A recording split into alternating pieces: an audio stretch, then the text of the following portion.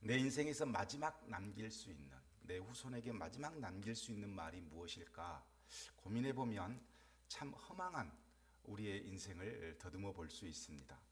유명한 철학자이면서 알려진 어떤 그 모든 사람들에게 상당히 존경을 받았던 칸트라고 하는 사람은 수년간 같은 시간 꼭 산책을 했다고 합니다. 그래서 시계가 많지 않았던 그 시대에 그 칸트 선생님이 집에서 나와 산책을 하면 지금 몇 시다 하는 것을 사람들이 정확히 알 수 있도록 칸트는 매번 자기 인생에 있어서 꼭 그 시간에 산책을 했습니다.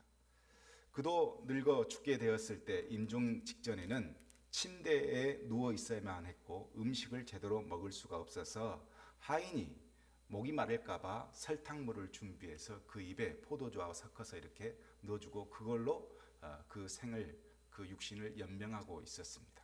어느 날 칸트가 더 이상 안 되겠다는 마음을 먹었던지 하인이 똑같이 수저에 설탕물과 꿀을 그리고 포도주를 섞어서 입에 넣어주려고 하니 칸트가 마지막 남긴 말은 이제 그만, 이 말 딱 한마디만 남기고 죽었습니다. 가장 규칙적인 삶을 자기 관리를 철저히 했던 사람도 남긴 말은 초라했습니다. 요즘 영국의 왕정이 새로 바뀌면서 이런저런 말도 많지만 이 왕정을 최고의 반석 위에 올려놓은 사람이 엘리자베스 1세입니다. 이 엘리자베스 1세도 해가 지지 않는 나라 영국을 지배하면서 마지막 죽게 되었는데 그도 한마디 남겼습니다. 그 묘명이 뭐라고 쓰여져 있냐면 오직 한순간 동안만 나의 것이었던 이 모든 것들이라는 그 짧은 글을 남기고 허무한 자신의 인생을 돌보면서 죽었습니다. 어떤 성직자는 묘비명에 오늘은 내가 내일은 당신이 라고 남겼습니다. 이 모든 것들은 다 후손들에게 어떤 메시지를 하나씩 전달해주고 자신이 정말 하고 싶은 자신 인생을 다 걸고 하고 싶은 어떤 유언들을 우리에게 준 내용들이라고 할 수 있습니다. 제가 신학교 다닐 때 총장님께서 참 좋아했던 그리고 참 믿음인이었던 자기 형님에 대한 이야기를 해준 적이 있습니다. 이 믿음이 좋은 형님이 미국에서 사업으로 상당히 성공을 했고 그런데 어느 날 건강이 좀 이상해서 병원에 갔더니 위암 판정을 받게 되었고 결국은 말기라는 것을 알게 되었습니다. 그래서 이 형님이 그 미국에 있는 사업을 다 정리하고 가족들과 함께 한국에 도착해서 제일 먼저 한 일은 친동생인 의사를 불러다가 사실대로 내 몸이 어느 정도인가를 알아봐 달라라고 했더니 이 동생이 다 촬영을 한 다음 형한테 한 말은 형님 제가 보기에는 딱 1개월 남은 것 같습니다 라고 말을 해 주었습니다.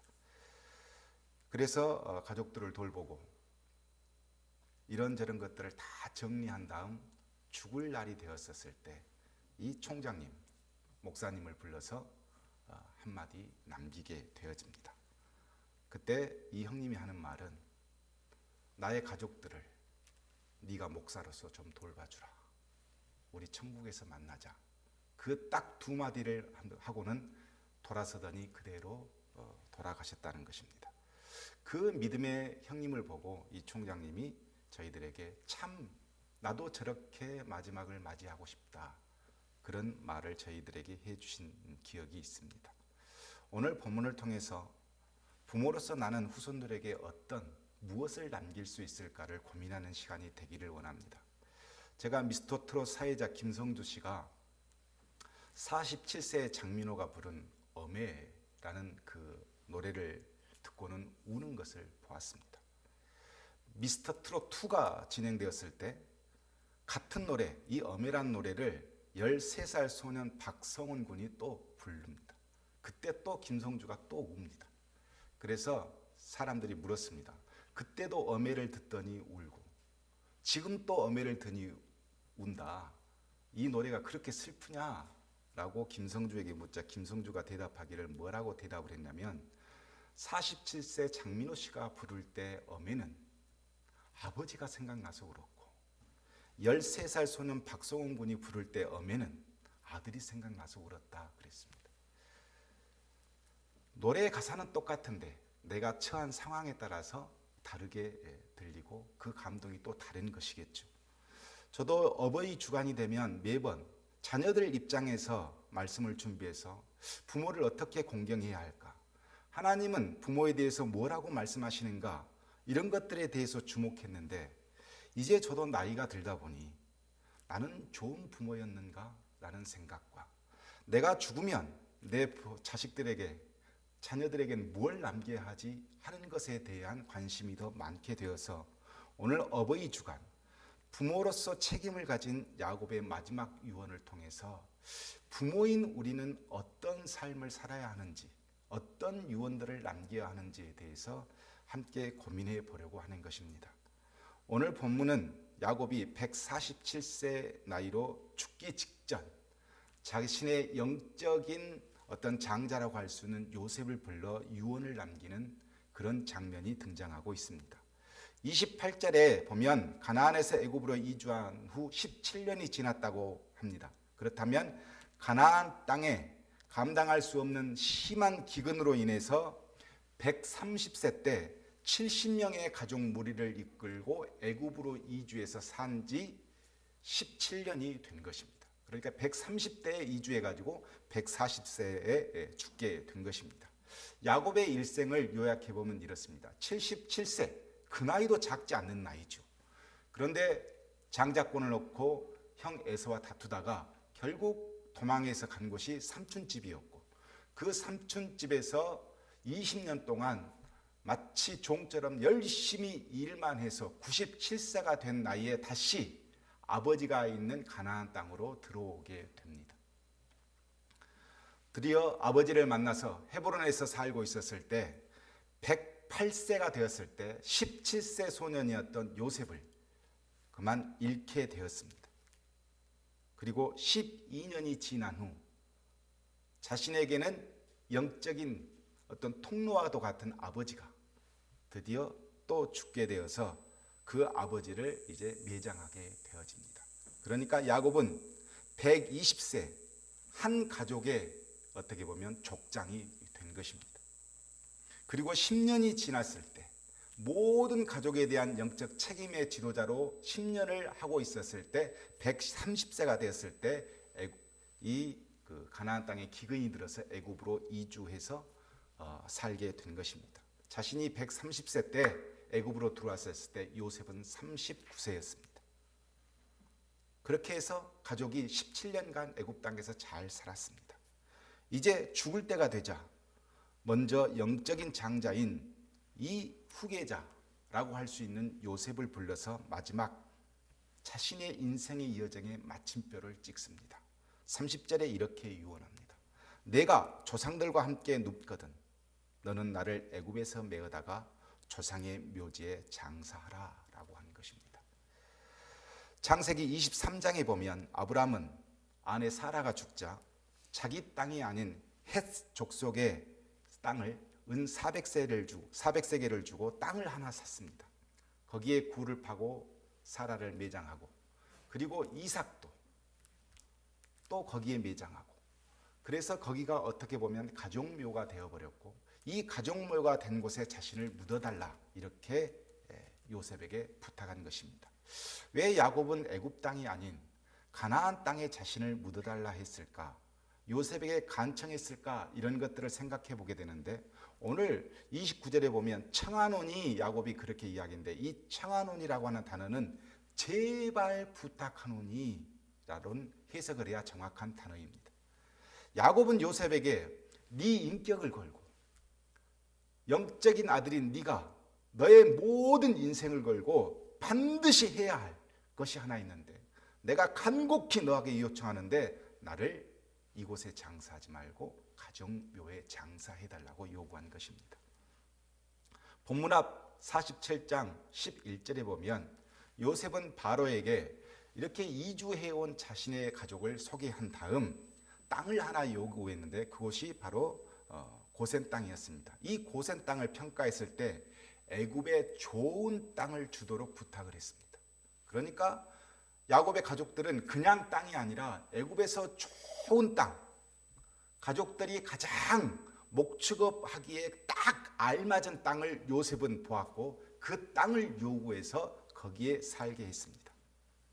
학자들에 의하면 이 고센 땅은 어떤 곳이었냐면 지금은 카이로 근처로 멤피스나 아바리스라고 하는 그 둘 중에 한 곳으로 추정이 되어지는데 어느 쪽이든 간에 지금도 그곳은 비옥한 초목지가 있고 목축을 싫어하는 애굽 사람들과 딱 분리해서 살 수 있는, 애굽 사람들과 구별돼서 살 수 있는 딱 좋은 장소가 바로 고센 땅이었습니다. 즉 다시 말하면 야곱의 가족들이 살고 있는 이 땅은 애굽이라고 하는 강대국이 완전히 보호하고 있는 땅일 뿐만 아니라 좋은 땅이었고 목축업하기에도 아주 좋은 땅이었을 뿐만 아니라 믿음을 지켜 살기에 딱 좋은 그런 분리된 땅이었습니다. 그럼에도 불구하고 이런 좋은 환경적인 조건에도 불구하고 야곱은 굳이 이곳이 아닌 가나안에 있는 가족 묘지에 자신을 묻어달라 요구한 것입니다. 야곱이 이런 유언을 마지막 하게 된 이유는 딱 하나였습니다. 창세기 46장 3절과 4절에 보면 가나안에 이주하기 이전에 하나님께서 야곱에게 주신 말씀이 있었습니다. 애굽으로 내려가기를 두려워하지 말라. 내가 거기서 너로 큰 민족을 이루게 하리라. 내가 너와 함께 애굽으로 내려가겠고 반드시 너를 인도하여 다시 올라올 것이며 요셉이 그의 손으로 내 눈을 감기리라. 하나님께서 그렇게 약속해 주시고 말씀을 주셨습니다.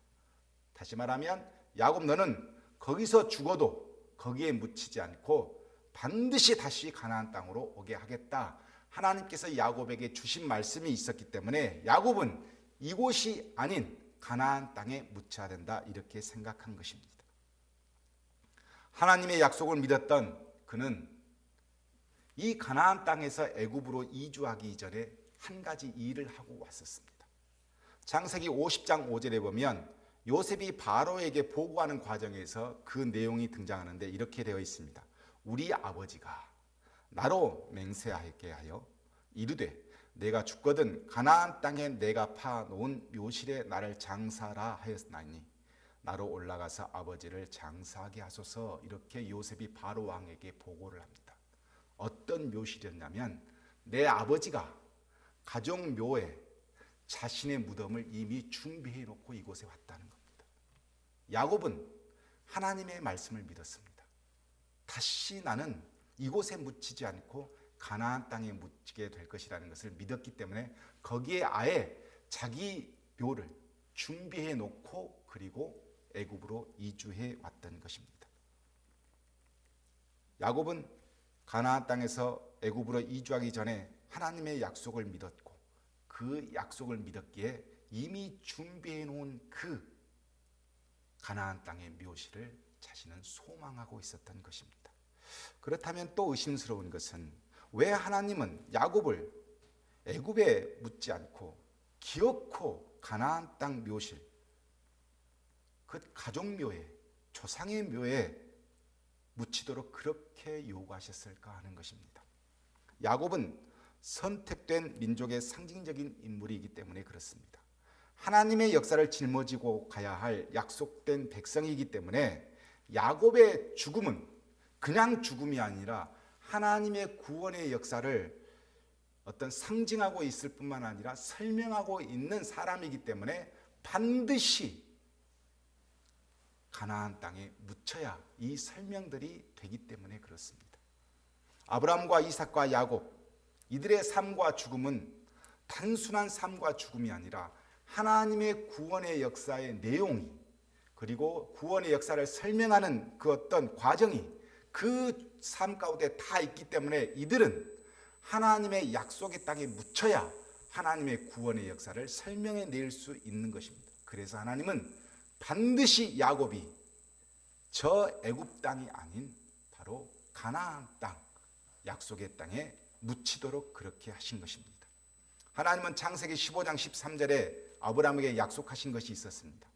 내 자손이 이방에서 객이 되어 그들을 섬기겠고 그들은 400년 동안 내 자손을 괴롭히리니 그들이 섬기는 나라를 내가 징벌할지며 그 후에 내 자손이 큰 재물을 이끌고 나오리라. 이미 아브라함에게도 애굽에 있는 그곳을 다 약속해 놓으셨고 애굽에서 다시 가나안 땅으로 이동하게 될 것이라는 그 이주의 모든 과정이 하나님의 약속 안에 있음을 말씀해 주셨습니다.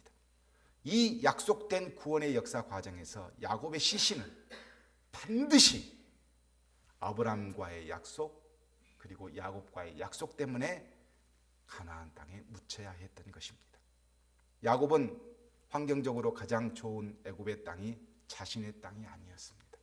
17년을 살면서도 척박하고 보잘것없는 가나안 땅이 자신의 땅이었고 그것이 하나님이 주신 약속의 땅이었습니다.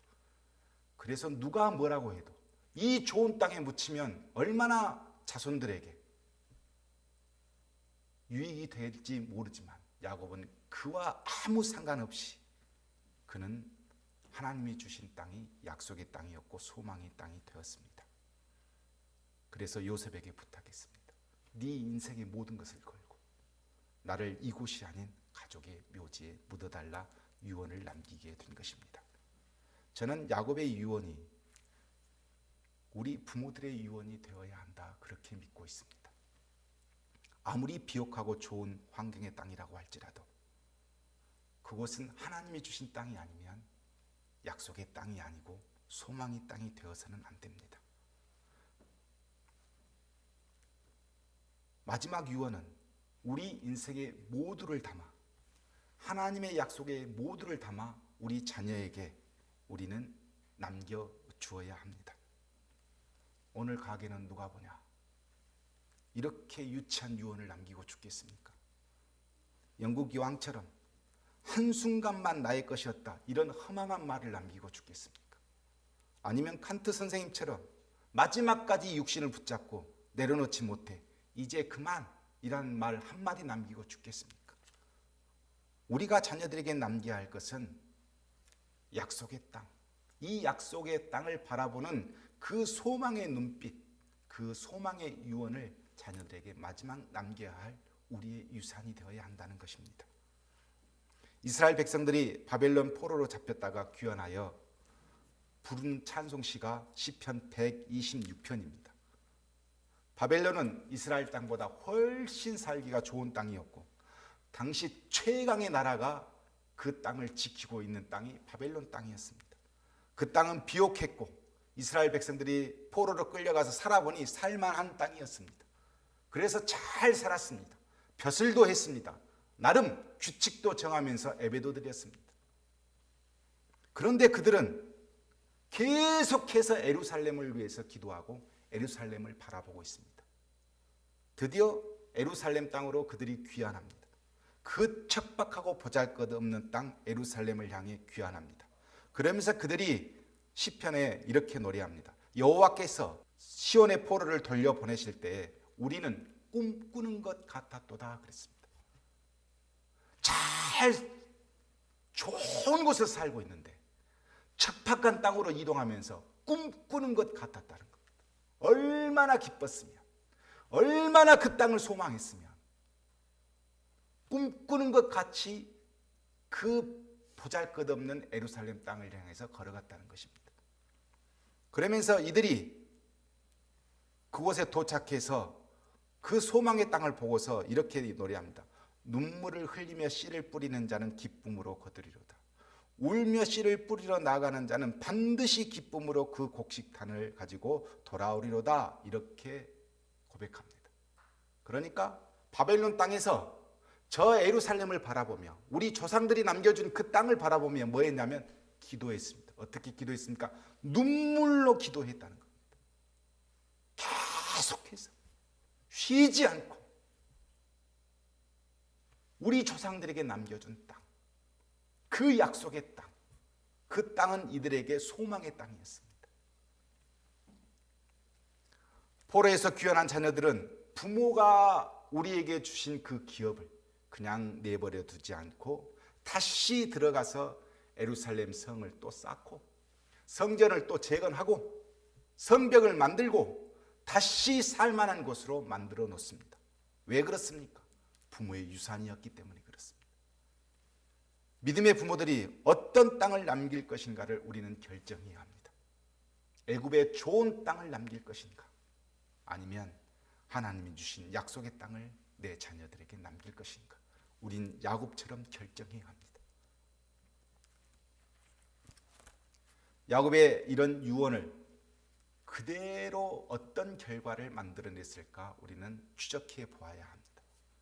영적 장자 요셉도 아버지처럼 죽어야 했습니다. 그래서 그도 마지막 유언을 남깁니다. 창세기 50장에서 보면 요셉이 이렇게 유언을 남깁니다. 요셉이 그의 형제들에게 이르되 나는 죽을 것이나 하나님이 당신들을 돌보시고 당신들을 이 땅에서 인도하여 내사 아브람과 이삭과 야곱에게 맹세하신 땅에 이르게 하리라 하고, 요셉이 또 이스라엘 자손에게 맹세시켜 이르기를 하나님이 반드시 당신들을 돌보시리니 당신들은 여기서 내 해골을 메고 올라가겠다 하라 하였더라 그랬습니다. 요셉도 아버지 야곱이 품은 그 약속의 땅을 소망의 땅으로 간직하고 살았습니다. 400년 후 이스라엘 백성들은 출애굽할 때 요셉의 뼈를 그대로 메고 요셉의 명령대로 출애굽을 같이 하고 결국 가나안 땅에 요셉을 묻게 됩니다. 즉 하나님의 약속을 믿는 백성은 약속의 땅이 아무리 척박하고 불안하고 안전하지 못해도 그 땅을 소망하고 사는 것입니다. 이것이 하나님의 백성입니다. 말씀을 마치겠습니다. 사도 바울은 로마 감옥에 투옥되어서 참수형을 당해서 결국 죽게 됩니다. 바로 죽기 직전 마지막 성경을 기록한 내용이 디모데 후서에 등장합니다. 디모데 후서에 보면 4장에 자신의 믿음의 아들 디모데에게 마지막 편지를 쓰는데 4장에 이렇게 디모데에게 남깁니다. 나는 선한 싸움을 싸우고 나의 달려갈 길을 마치고 믿음을 지켰으니 이제 후로는 나를 위하여 의의 면류관이 예비되었으므로 주 곧 의로우신 재판장이 그날에 내게 주실 것이며 내게만 아니라 주의 나타나심을 사모하는 모든 자에게도니라 라고 마지막 유언을 남깁니다. 평생 복음을 전하며 일생을 바친 바울은 내가 살아온 인생을 보니 그냥 인생이 아니었다. 나는 평생 싸우며 살았다. 그 싸움은 선한 싸움이었다. 그러나 조금도 주저하지 않고 나는 그 일을 감당했고, 그래서 그를 뭐라고 그러냐, 한평생 믿음을 지켰다 그랬습니다. 이렇게 로마 감옥에서 마지막 인생을 준비하면서 나는 소망하는 것이 있는데, 내가 죽고 나면 의로우신 재판장 예수님 앞에 설 것이 분명하고 예수님은 나를 보고 그 면류관을, 승리의 면류관을 줄 것이다. 나는 그날을 지금 소망하고 있다. 이렇게 디모데에게 편지를 쓸 겁니다. 디모데 너도 마지막 순간까지 선한 싸움을 싸워서 승리하여 믿음을 지켜 주님 앞에 서라. 이 요구를 하고 있는 것입니다. 우리는 믿음의 부모로서 무엇을 남기고 싶어 합니까? 애굽의 좋은 땅입니까? 그래서 많은 유산을 준비하고 있습니까? 마지막 죽을 때 내가 이 유산 너에게 남겼으니 잘 먹고 잘 살아라, 이렇게 하실 겁니까? 아니면 하나님의 약속의 땅을 남기시겠습니까?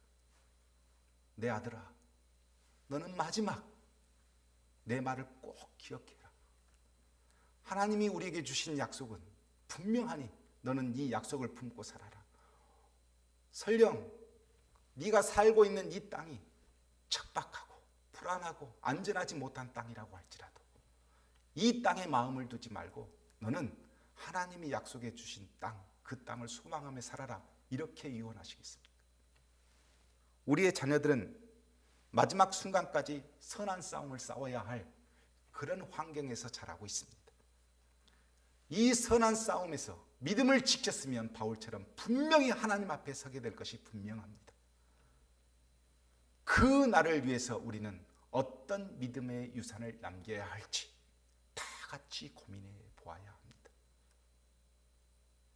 저도 어느덧 이제 우리 아들을 보면 며느리를 생각하게 되고 후손들을 생각하게 되고 내 마지막이 짐이 안 됐으면 좋겠다 하는 소망의 기도를 드리고 있습니다. 나이가 다 된 겁니다. 과연 무엇을 남길 수 있을까? 과연 무엇을 줄 수 있을까 생각해 보면 아무것도 없다는 것을 저는 너무 잘 알고 있습니다. 그래서 야곱처럼 저는 약속의 땅을 소망하도록 그 유산을 남기려고 합니다.